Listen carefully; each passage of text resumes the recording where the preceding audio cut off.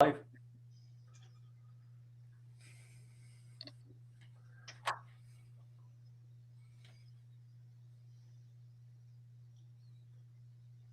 afternoon, David. Even though things are going to shit, paint on a big smile. Anyway, how are we today?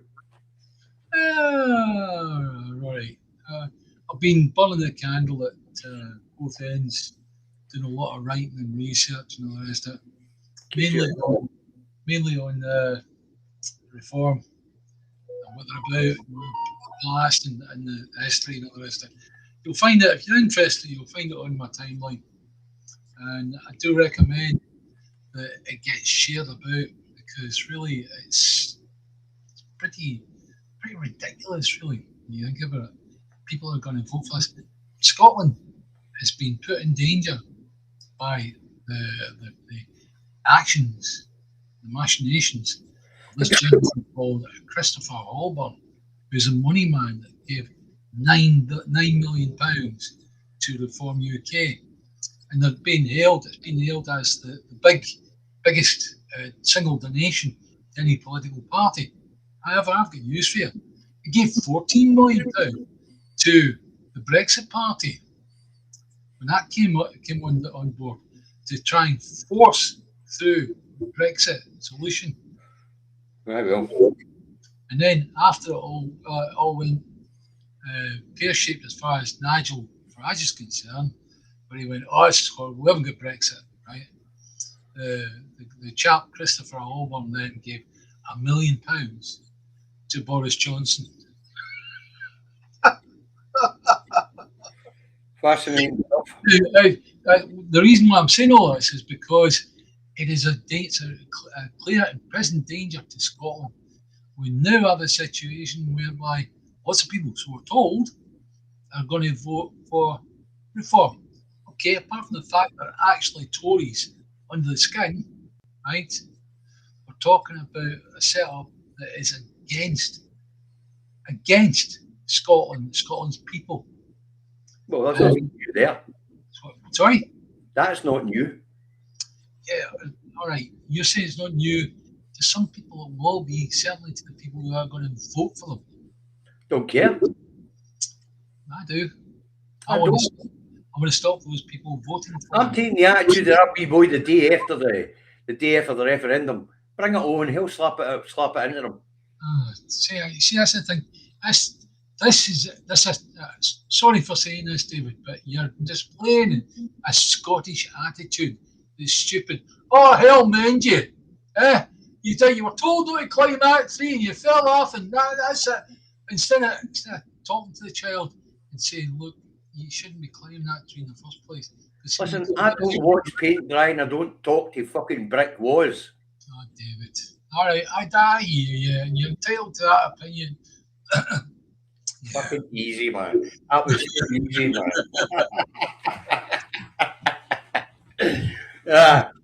10 years ago, I'd never have caught you that quick. Right,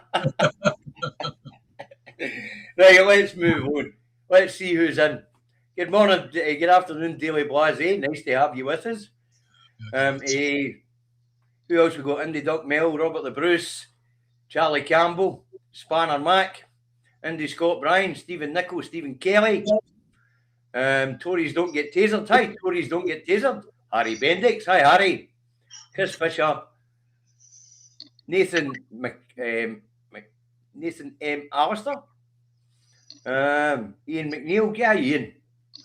Stephen Keller. Squid you, Stephen. Kirsty Hamilton. Good afternoon.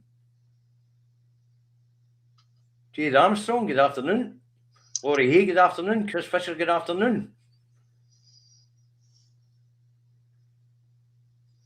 Wee Bird. Nathan. What did they had? You, Stuart Crockett. Ali Watson. 2 in 1 day. That's not bad. Hi, William Watson. Kirsty Folds. Diane Knox. Ellie Butterfly. Francis McKenna. Alan Duncan. Christ, it's busy, David. Never get them all on. I mean, all I'm going to say is, hi guys, how you doing? Hi, Julie Brown. Right, let's kick this off as we always do on a Thursday with First Minister's questions, okay? Yes. First up, of course, as usual, was the inconsequential Tory rogue Russell Finlay. And he's on about the Scottish social security system, and he claims it's unaffordable and will cost 10 billion by the end of the decade. And he says it's unsustainable. What do you think? It just costs a lot of money, of course, to look after people that are hard no luck, right? And you know that. And why is that? Because of the cost of living crisis that we have in the UK and therefore in Scotland due to Brexit, right? End of, right? So that's down to the Tory party and down to the Nigel Farage Reform and UKIP and Brexit party and whatever they're called this week, right? Second thing is that should we be doing it? Is it sustainable?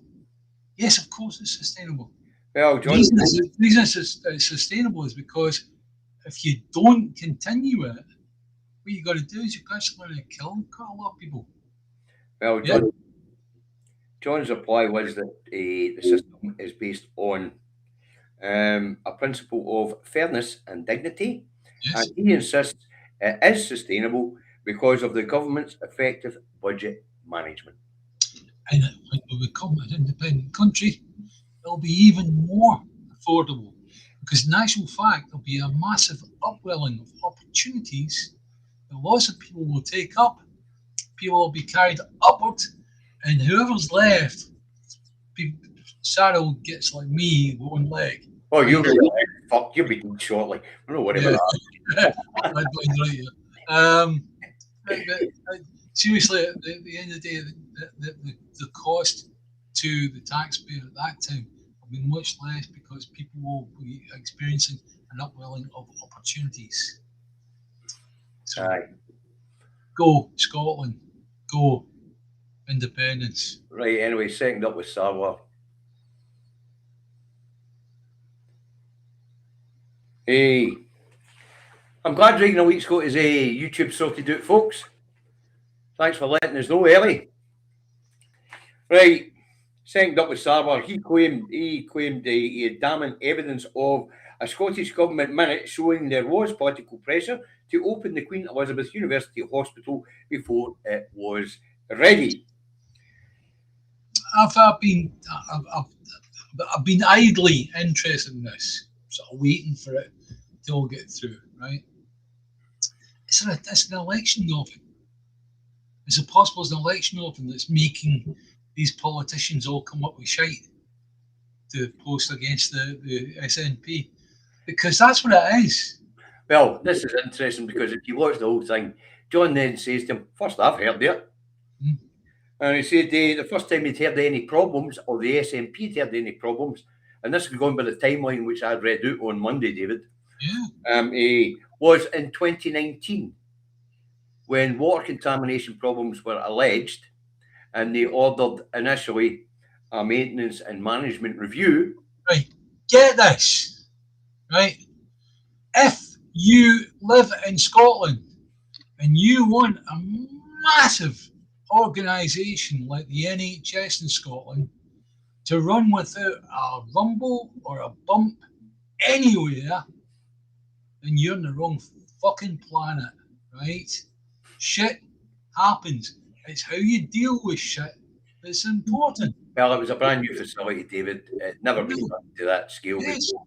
There was bound to be. Also, Can you mind if I finish? No, let me just put this in just before you do, right? The fact is that any contract that I've been on, and the O2 Arena I did was maybe indicative of something the size of the Queen Elizabeth. Not really, but in a lot of ways it was, right? The pressure on us didn't come from the government, didn't come from anywhere like that. It came from the electrical contractor, or it came from this one or that one, saying, get a fucking move on, guys. We've got to get in after you. That's where the pressure comes from. Anyway, to get back to what Swinney had to say to him. Right. The first time they knew about any problems was 3 years after it opened in 2019, which I've already stated. And of course, that led to the setting up of a public inquiry, which kicked off in 2021. A couple of years to sort out a judge and the remit of the inquiry, obviously. Yeah. Anyway, it kicked off in 2021. Then this is a kicker. This is a comedy bit, David. This is pure brilliant. Go on then. He's holding up a bit of paper saying, I've got a minute saying that you pressurised these people to open this hospital, right? And then at the end, under John Swinney's nose. Hey, you bastard! I've got the evidence here. He then goes on to tell John Swinney in the chamber that the Scottish government doesn't write anything down because they don't want later scrutiny. So what is it, Sarwar? If you get a bit of fucking paper and do you not write anything down? Pure comedy. That's in our fucking chamber along here in the parliament. The guy is seriously a bazooka, right? That's it. Seriously, right? You know, he's got as much intelligence as an opal fruit. Seriously, that's it. Yeah. Oh, he's fucking wacky. Let's show you, David. Mr. Milligan's back. I know, fucking. I don't know how I'm going to cope, mate. I fucking don't know how I'm going to cope. A2, Robert. A2. Yeah, I can see one of these ones where the trigger fucking button up there will get fucking whacked a few times over the next couple of weeks. He'll be fucking out in his arse. It's going to be hard to get back up to par with you, boy. That's for sure. Anyway, next up was Alex Cole-Hamilton. It's a hard fucking school, I can tell you, right? I'll tell you what. Next up was Alex Cole-Hamilton. It was his turn to get a question. You know, they get a question once a month. Who's he? That's the guy for the Lib Dems. Again, the one that nobody sees or anybody's interested in. Oh, you're talking about Lib Dems. They become whoever takes power. No, I'm talking about the Lib Dems in the Scottish Parliament. They're not big enough to make up a quorum. No, but Lib Dems do nothing. Lib Dems is just one single party, right? Same as London Labour. With a pound for every time you told us the Lib Dems were political hooers, we would never have time to move on. Oh, Jesus. They don't get it in once. No. I tell you what. What's the programme? Time for independence, as you say, Scotland. Where's that fucking off button? Right, anyway. He doesn't actually ask a question.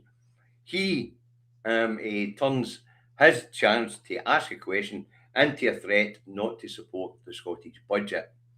He then witters on about social care in Aberdeenshire, where a wee woman out in the sticks couldn't get out of the hospital because they couldn't set up a care package for her. Okay, yeah, or they were struggling to sell. You know how long we've been doing this for, right? In the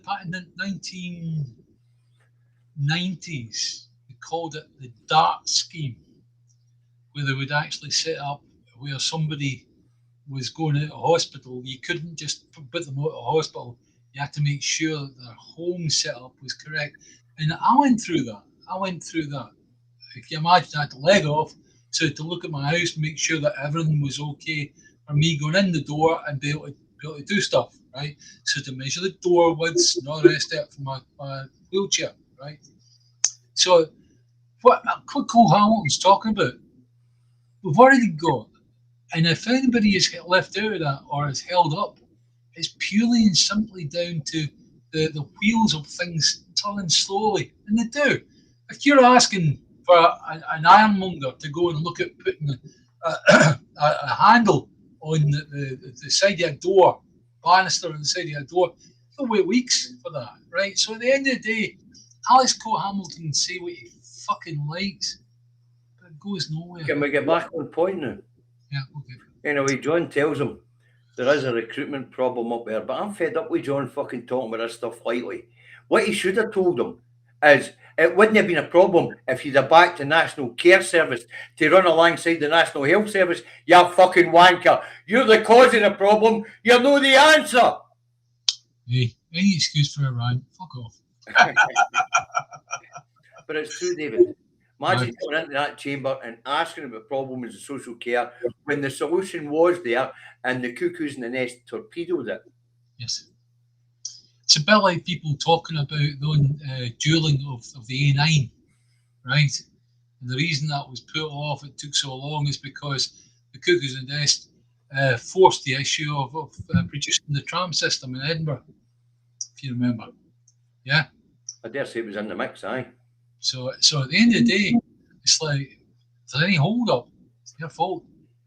Aye. Now, folks, we're going to move on to the next subject, and this one was brought to my attention by Gillian Albison in the comments, who sent me a Gordon Ross video where he was talking about John Swinney being in London to sign away Scottish a financial independence for the future going In forward. case people don't know, tell them who Gordon Ross is. These people know who IndyCar Gordon is. Right, okay, not all, but most of them do. Sorry, for the few people in from England, yeah. IndyCar Gordon is a vlogger like David and I. He's a driving instructor. He's a driving instructor. He used to broadcast for his car the way I broadcast with my truck. Rocket engineer, rocket scientist. Anyway, as I say, he broadcasts for his driving school car. I used to broadcast for my truck. We're now put both on YouTube. Now, Gillian sent me a video that he'd made, I think it was yesterday, because he was talking about John Swinney being in London the day before. And what he was saying was John Swinney had went to the City of London to sign away Scottish financial independence forevermore. So Scottish independence is after cards. Even if we were to get political independence, we would be tied up financially. And I thought, that doesn't sound fucking right. John's no power of the economy. He's no power of the money. What the fuck is this muppet on about? So David went and had a look. Right, listen, he's not a muppet, right? Right. And he's a yeser, right? So treat them with respect. The problem with Gordon's got is he's got nobody to bounce his ideas off. You and I will go on the floor and we'll go. David, he's got a co-host on a Friday. He has got somebody to bounce off it. Right, like who?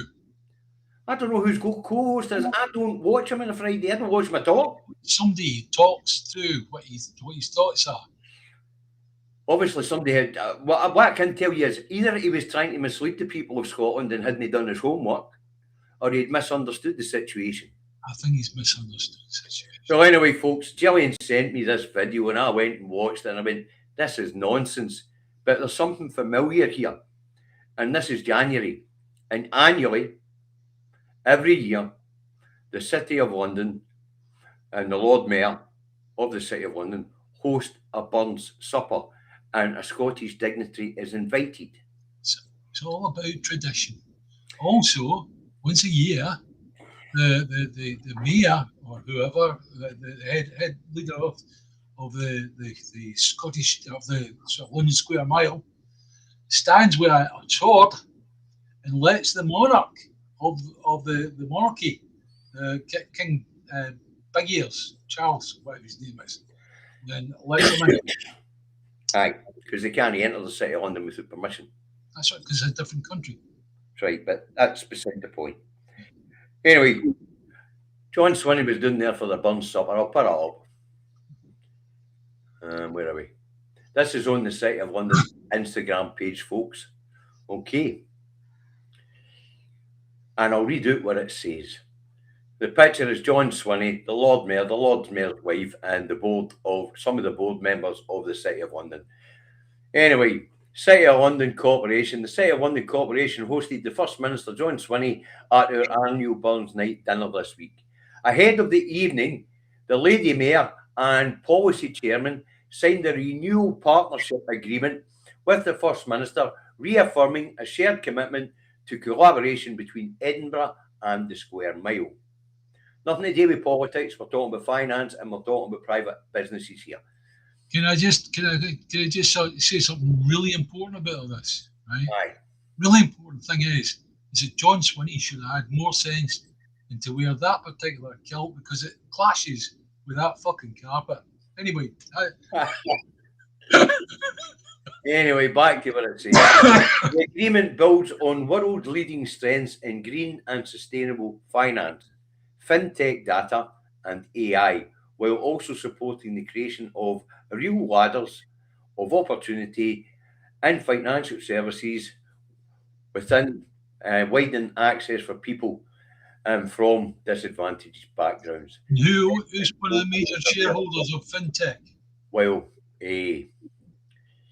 and strengthening global leadership while opening doors at home. Now, folks, what John was doing was renewing a cooperation agreement between the banking sector in Edinburgh and the banking sector in London. Now, I don't know if people will be aware of this, but the banking sector in London and Edinburgh serve specifically different sectors. Scotland is big and Edinburgh is big in asset management. The world's third biggest asset management company was created just a couple of years ago along here in Edinburgh. Yeah, but still no. They will have BlackRock and Vanguard as major shareholders within those. No doubt, because BlackRock and Vanguard are the two biggest. But Scottish Widows and Aberdeen Asset Management, when they merged, became the third biggest one. I think they've been overtaken since then. Yeah. But we're talking about businesses that manage trillions of pounds across not just these islands, but internationally across continents. But I think it's. But for some reason. Yeah, sorry, carry on. For some reason, Gordon Ross seems to conflate the City of London, the City of Edinburgh with the political setup. Yeah. John doesn't, to explain to people, John doesn't have any authority in the devolved administration. There's no authority over the economy or over the money. That is all reserved. However, wait a minute, right? Let's say that Scotland was already independent, and this was the leader of an independent nation going down and doing a handshake with the people in charge of the London Square Mile. What's wrong with that? Oh, that's not where he's saying, "Oh, we're going to give you Scottish Widows and all the rest of it." Apparently, wasn't Scottish Widows a standard life? Why did I get Scottish Widows? Anyway, let's go for it. But at the end of the day, it's like you got to look at. He wouldn't do that, even as a leader of an independent Scotland. He couldn't do that. He couldn't do that even if he had the political might to do similar things. Well, right? We better explain to the audience why it is. There's no way Swinney could have done such a thing. He doesn't have any control over the economy or the monetary system. That's all reserved. But even if he did, he wouldn't do that. It's not. Wouldn't he? So that's kind of set up, if you know what I mean. So, anyway, sorry, right. So, folks, John Swinney, no matter what this other independence vlogger's telling you, didn't go to London, the City of London, and sign away Scottish independent, Scottish financial independence to anybody. It was a trade and cooperation agreement between two different banking sectors, one in London and one in Edinburgh, and they're both the biggest banking sectors on these islands at this point in time. Listen, guys, Gordon in the past has been a decent bloke, right? Can somebody take him aside and just say, "Look, Gordon, you're talking shite." I talk shite. David talks shite from time to time. Gordon makes a career of it, right? So anyway, there you go. But you think he's done a wee bit of research. Either that or he's just fucking balking people. He's just pulling the bullshit out of people. And that's no good. I mean, it took me a couple of minutes to realise it was a corporate fucking agreement between the banking sectors in England and the banking sectors in Edinburgh. Mm-hmm. And how could a man as educated as Gordon Ross, who's supposed to know how the political system works and what's reserved and what's devolved, no understand that John Swinney has got no fucking control over Scotland's financial situation. I know what it is. You can't see the wood for the trees. That's it. And his story. He needs somebody they can discuss it with. That's what the problem is. Well, it's very noble of you to be so kind, David, because I watched the video and I thought he was cynically trying to pull the wool out of people's eyes. Yeah. All right. Right. Okay. Fine. And it was, I think his depression's kicked back in again as well. And apparently he co-hosts a programme with Norrie Hunter on a Friday. You think Norrie would know better? Yeah, Norrie generally does know better, you know. But I got the feeling with the lack of detail that he was given, that he was actually trying to mislead people and maybe even damage the SNP in the process. Well, there's a lot of that going on, isn't there? People are Alba supporters at the moment. As we know, Gordon Ross has been the political whore in the movement so far. He's moved from the ISP to the PSI to the SPI to Alpa to everywhere. You know, I don't know if he's been with the Greens yet, but he has been a bit of a political whore, jumping from party to party, and he does seem to go into these bouts of depression where everything from him is very negative, folks. That's because he's not got anybody to discuss what he's doing with. Well, I suggest he gets somebody. Yeah, well, at the end of the day, you've got to look at what you and I have got. You and I can go on the phone or on this, but not be online. We can go each other 10 to a dozen, and we come away with, right, I hear what you're saying, you hear what I'm saying, and we somehow get a common sense approach to what we're doing, yeah? So Gordon doesn't have that. Aye, Darren, you're right, mate. Don't believe that. Don't believe that at all. You don't watch the Friday Frolics on a Friday night, but never mind the bollocks got on with the Friday Frolics. Yeah. Hey, another legend of the YouTube. Well, right, Darren, if you're no signed up to Daily Blase, folks, get signed up and subscribe to his channel, okay? And he's one of these interesting fellas that's not interested in making money out of YouTube. He's just interested in producing content. Yeah. A bit like you and I. It's just that we've decided that any money that could be made would be better off going to charity. You know. Yeah, I mean, but that was obvious. You know, if all of a sudden we were getting £1 million a week, I'd go, right, okay, is it possible to make 30 bob of it? Right, fine, okay. But when you're only making a few hundred or maybe 1,000 or whatever each month, at the end of the day, it's like all of that has to go to the food banks. Right. You know. But hey, see, I wanted to clear that up for anybody to watch Gordon's video because it was vague and he was misleading. It was an agreement between two banking sectors that cover two different types of banking. Yeah. And even after independence, I imagine that the banking sector here in Scotland and the banking sector in London would still keep quite close relations. The way that the banking sector in London does with Frankfurt, Paris, Rome, New York, Hong Kong. There's a lot of these agreements flying about.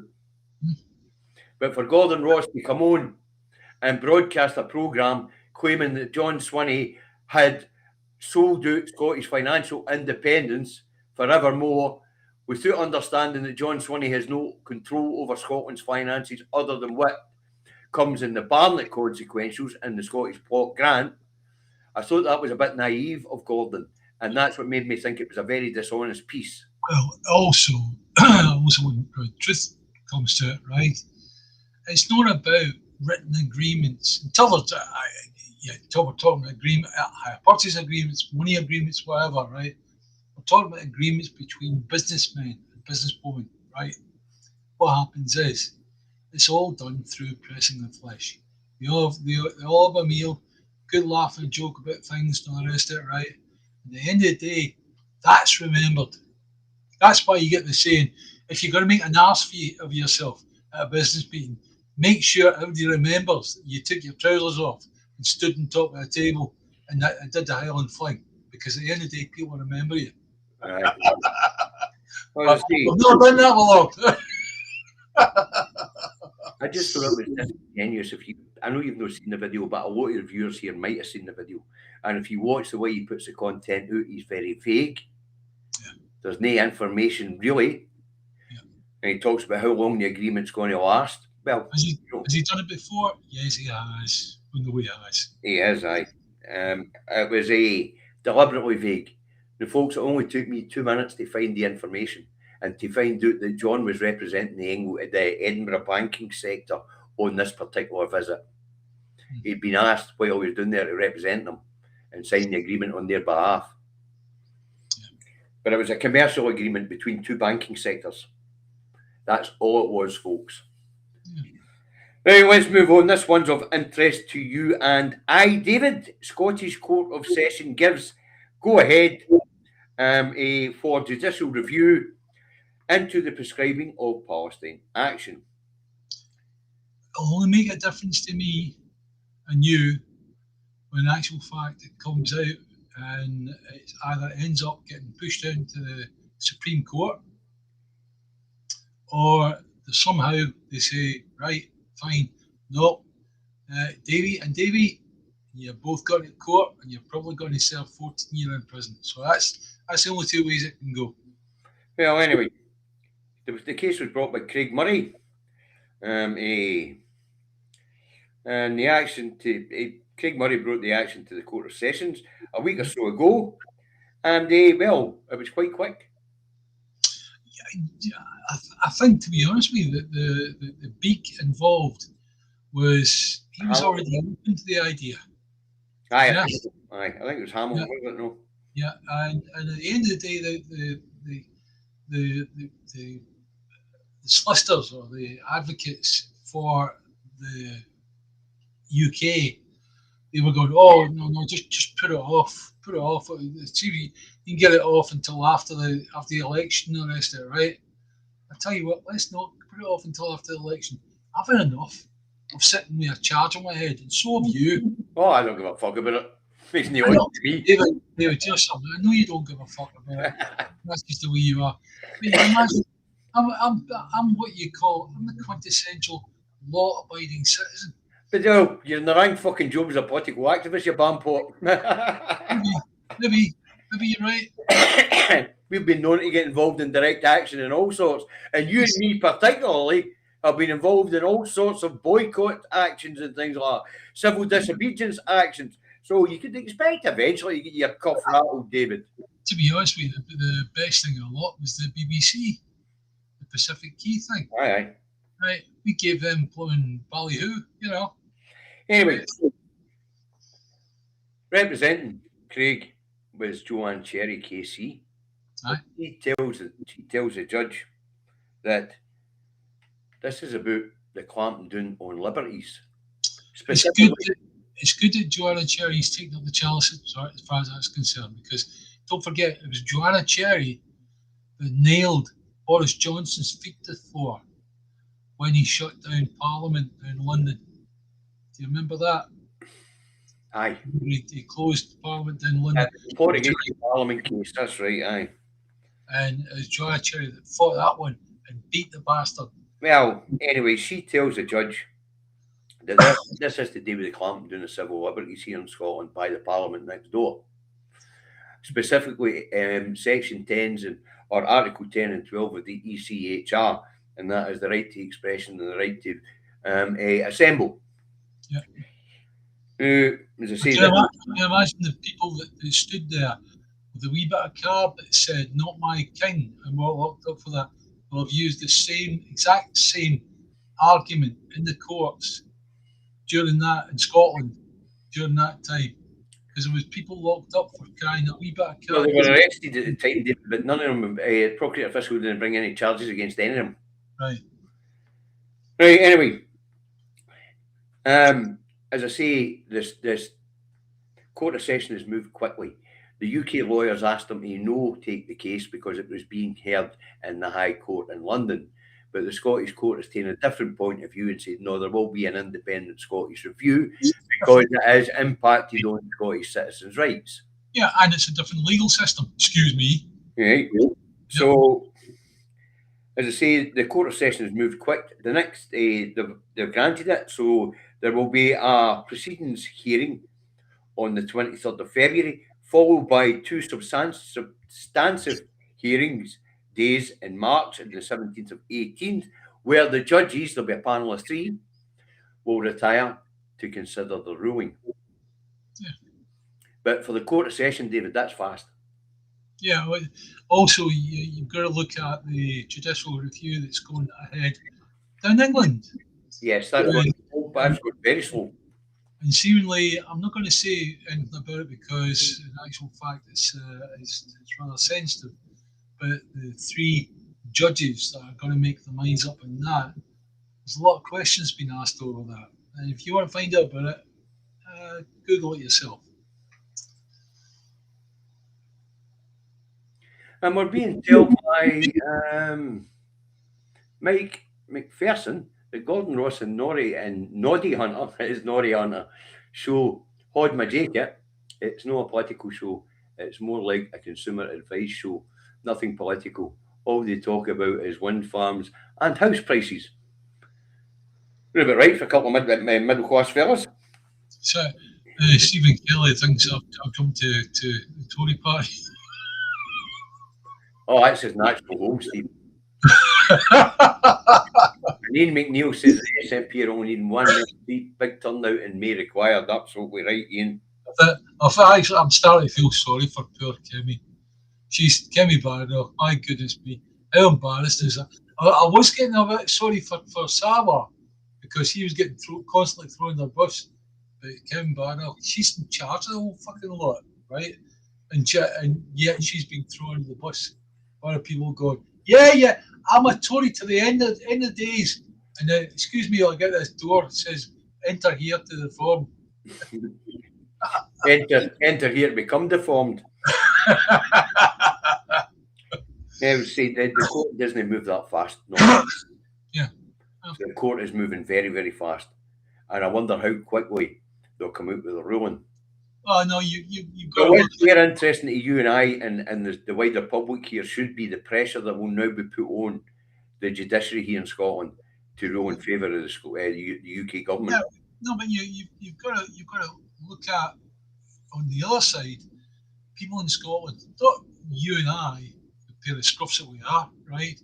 You're talking about stand-up people that have like doctors and scientists that have been charged with terrorist offences. That's just crazy. That's absolutely crazy. Well, last time I looked, David, there was 2,868 of us.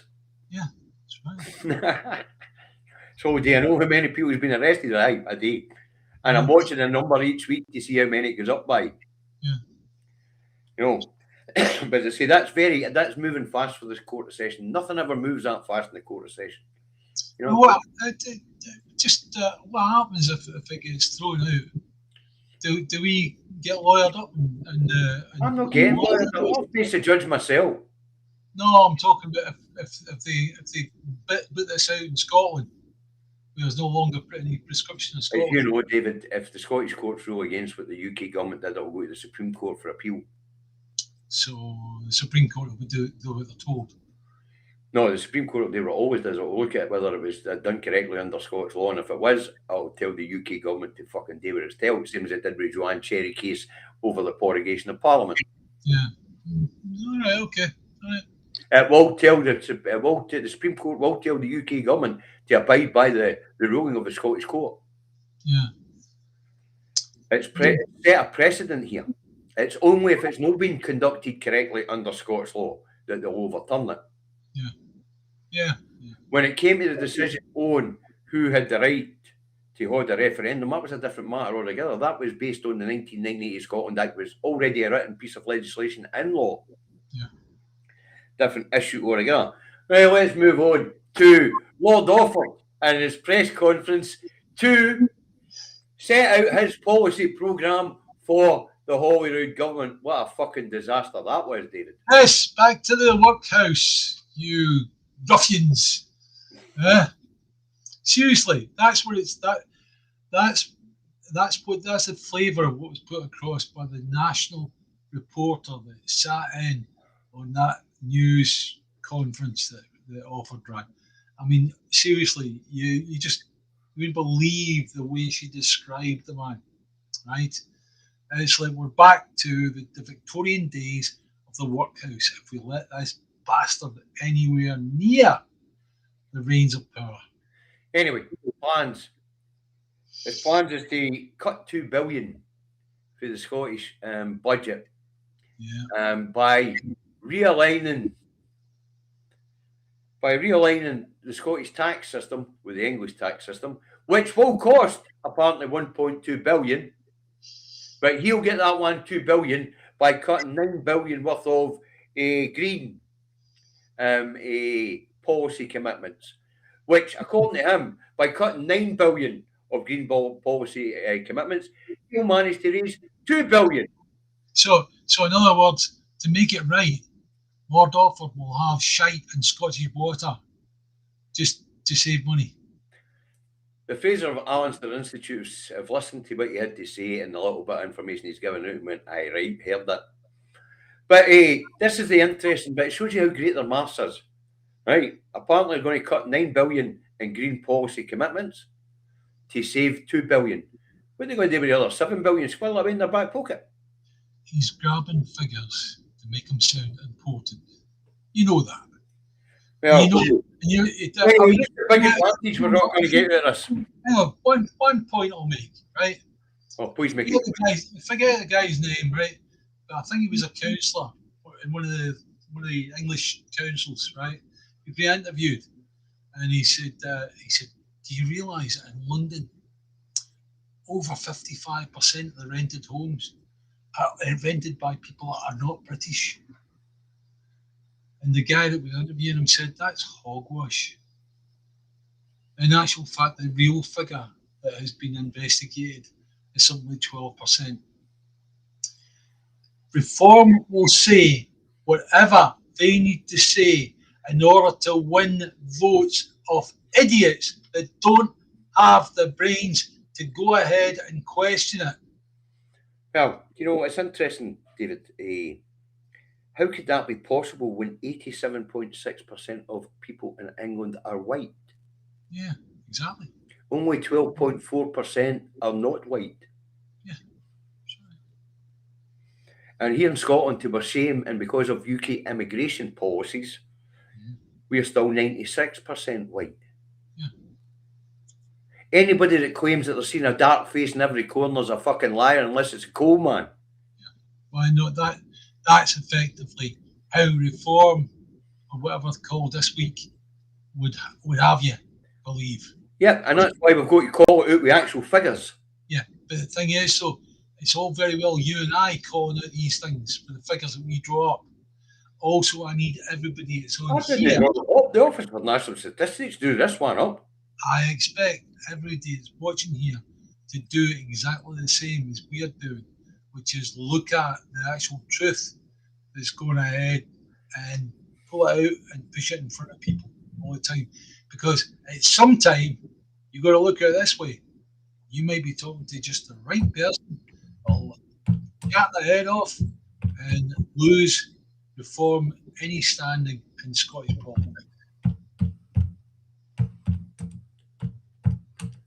Hold on, I just want to check my figures. You want a hammer? Or 2 hammers? I'm a truck driver, not a fucking typist. Oh, poor keyboard. Sorry, I got that right. It's not 87% white, it's 81.7% white. 81.7. Right. Apart yeah. The latest figures were only the latest figures. That's the latest figures for last year. I haven't looked at the figures for a few years. So at the end of the day, the reform, or whatever they're called this week, don't forget also, here's something that I found out was really, really important. On a previous search that I did, you looked at UKIP and the Brexit Party and all this, right?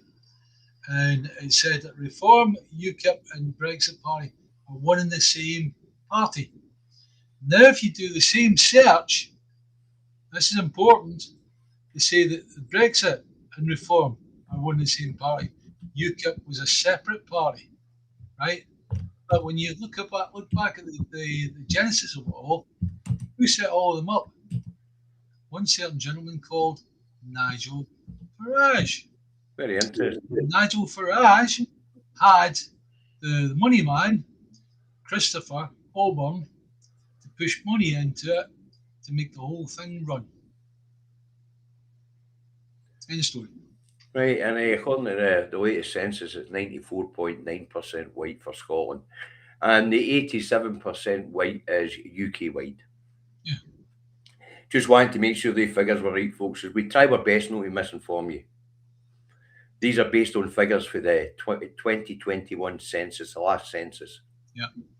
Okay, we don't want to misinform you. But for these people to claim that 13% of the UK population being from elsewhere being too many is fucking nonsense. I remember two places. Plaistow in London. You walk about Plaistow in London, which I dealt with for a few of the colleges. Funny, Kirsty, because when we're talking about his Lord Offord's press conference, according to the National, he was sounding like a CEO addressing bankers. Yes. Right. So what I was going to say was I was in Plaistow in London, and I dealt with a few colleges there, right? And if you were a white face in Plaistow, you were the odd man out, of course, because it was an area that was predominantly black and Asian. Simple as that, right? And birds with feather flock together. Of course they do. We've got the same here. We've got Govan in Glasgow, where there's a lot of Asians, right? And the day you go to Spain, all your English men and all the rest of it, right? That are in Spain, they all stay in the same place. They all go to the same bars and all the rest of it, right? That's natural. That's human nature. Anyway, so apparently, what Offord would reform would sacrifice is our children's future, green policies, to protect the environment and biodiversity would all go out the window. And wages. He's got to squeeze down wages. Aye, apparently. Right, let's move on. It's actually Scott saying that one of his quotes, he's actually going to squeeze down wages. Aye. Look out for yourself. Right. That just puts more burden on the taxpayer, but because of the tax credit system. Oh yeah, yeah. I just don't worry. Offord knows all about that. You know. Oh, of course it does. Offord knows fuck all. Thick as mince. How he made it as a financier, I've no idea. From a business point of view, he knows. Right, anyway, let's move on. Scottish Government missed latest deadline to release information ordered release by the Information Commissioner David Hamilton over the Alex Salmond, Nicola Sturgeon's investigation into the Alex Salmond saga. Right, let's correct this right away. There is no, Nicola Sturgeon didn't conduct an investigation, it was a civil service investigation. Yes. It was a civil service matter, but Nicola Sturgeon, of course, overseen it. Anyway, David Hamilton has ordered this information to be released by the 22nd of January, and it's no been released. And it doesn't. Hang on, just to remind the people that are on here, there are two Hamiltons involved, I understand. Yes? One's an Irish judge that conducted the inquiry into Nicola Sturgeon on whether she'd broke the ministerial code. And the other one is David Hamilton, the Information Commissioner. But talking about Information Commissioner here, you can forget James Hamilton, the judge that carried out the investigation into Nicola Sturgeon. Anyway, John has to address the Parliament about this today. It doesn't look good, but he's trying to explain it. When the Information Commissioner demanded the release of this information, there was 6 requests, and the civil service had built a redacted copy to address these 6 issues, which meant that they couldn't jigsaw identify the people who were making complaints about Mr. Salmond. Okay, pretty boring stuff this. But since that first ruling, there have now been 90 requests. And that's each request is slightly different, and that's complicated the pictures. And apparently the civil servants are struggling to redact this stuff in such a way that jigsaw identification would not be possible. Now, I don't know what's in these documents, David. I don't know how much information's in these documents, and I don't know how much would need to be redacted on each of these requests, and whether each of these requests meant that more and more stuff had to be redacted. My advice to the Scottish Government is just put a black pen through everything except for the title and fuck it in the table. Well, a good example would be the Epstein files. Correct. Or Or the Russia report. the Russia report, yes. There you go. Aye. So as I say, John's telling the Parliament, look, there's 90 requests, and each of these requests are slightly different, and each going to be means that the information is going to be re-redacted in a different direction. And apparently the civil service are pulling their fucking hair out. Right. Fine, like hell. One would imagine that within the civil service there will be people there that like Nicola Sturgeon. There will also be people there that hate her fucking guts. Right? But at the end of the day, no, the point I'm making is the civil service are supposed to be neutral. And in playing that neutral game, right, they will, the redactions and all this, that they will make sure they're absolutely spot on.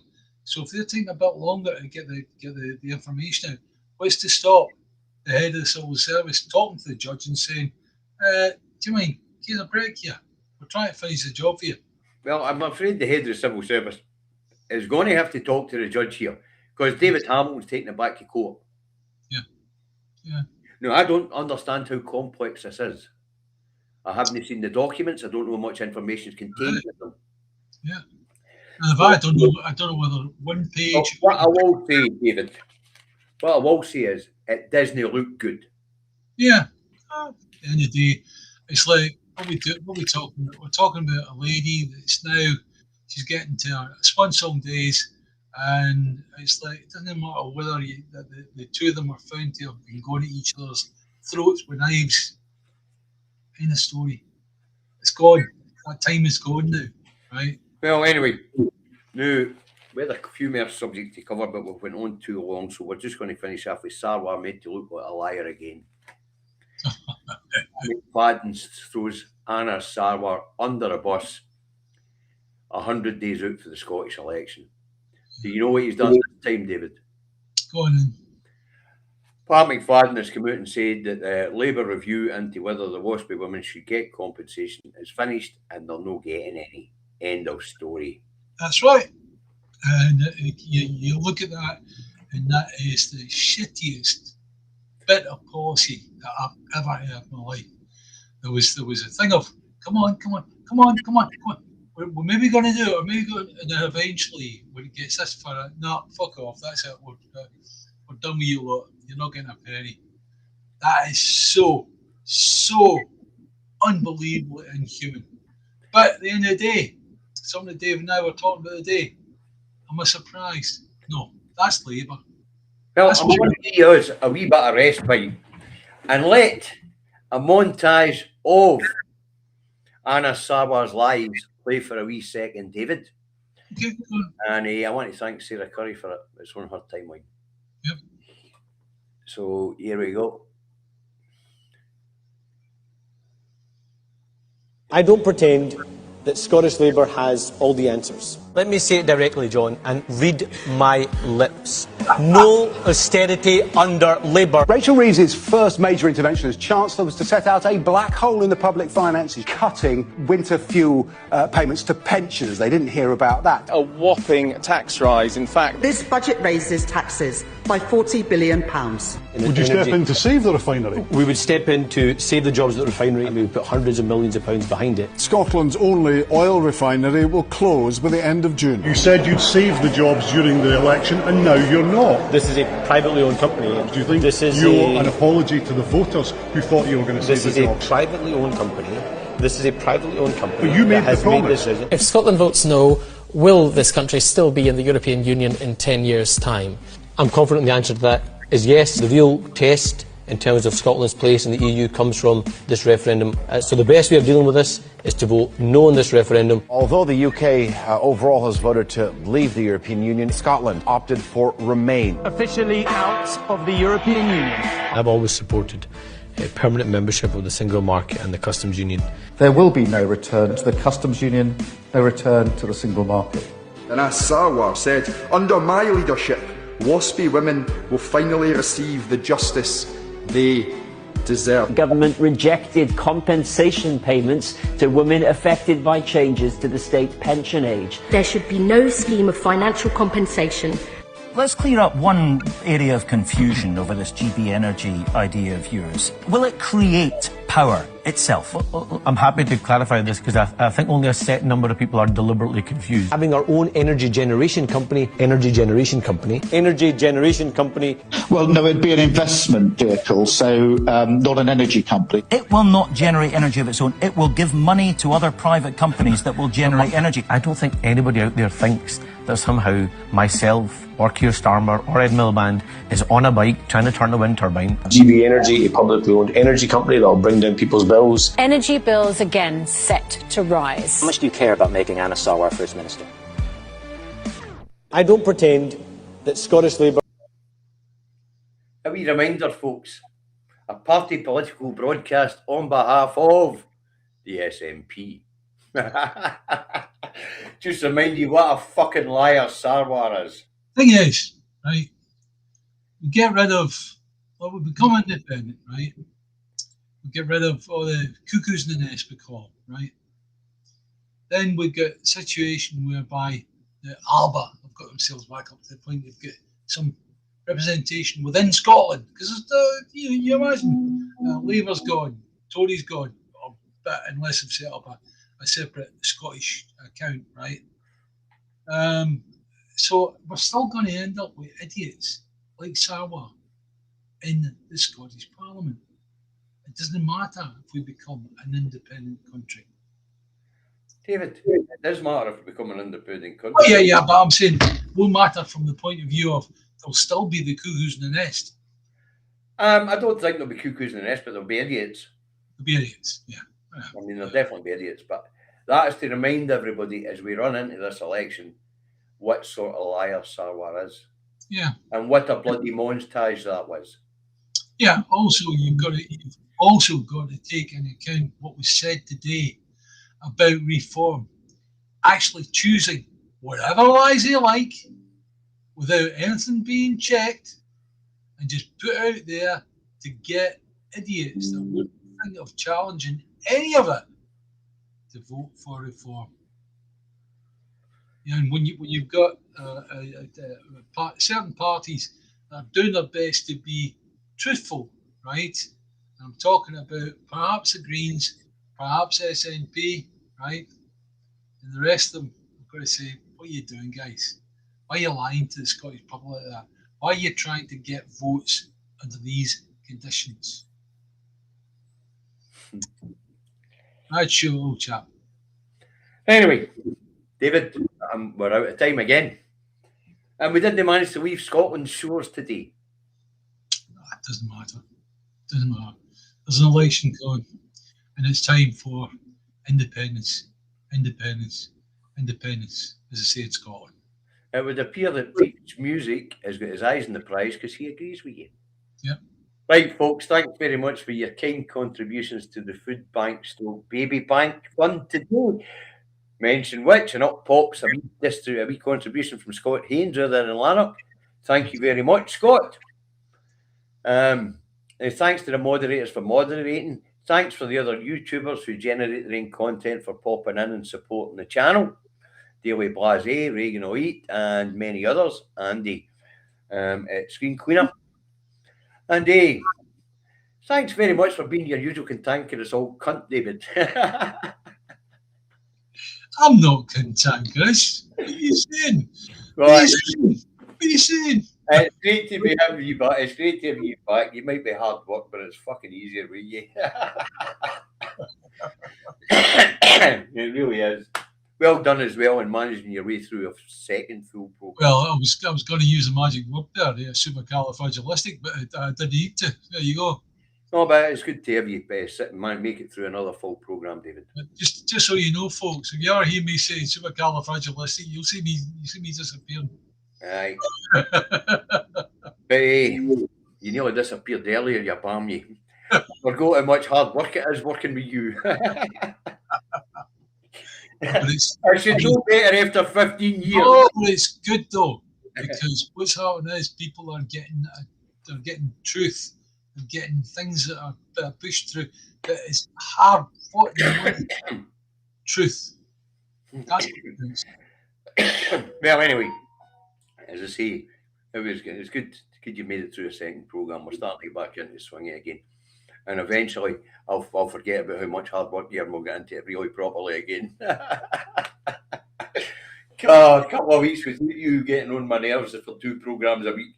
No, but at the moment, I'm going to continue my research on reform to see if there's anything extra I can pull up on that, because we've dealt with, if you like, Labour, as you saw with Sawa, right? We've dealt with the Tories. It's just bad news. They're such bad news. They're actually flooding to reform to actually form the band again, so people don't know what they're voting for. The English people are going to vote reform. They don't realise they're going to vote Conservative again, right? Lib Dem, I think, need a bit of effort just to push them out the door. I really don't understand why the Lib Dems are still in power up in Shetland and Orkney. I think really that needs a bit of concerted effort to get these buggers out the door, because they're not doing it any good. They're not doing Scotland any good whatsoever. Right, say goodbye, David. Bye, David. Right, folks, I'll be back tomorrow morning, 10:30 a.m. for the newspaper review. Don't be late, you're on the naughty step. Dave and I will be back on Monday to do this all again. But he's getting back up to speed again. That's a fucking worry. Hey, you're getting the whole weekend, you relax. Build yourself back up again.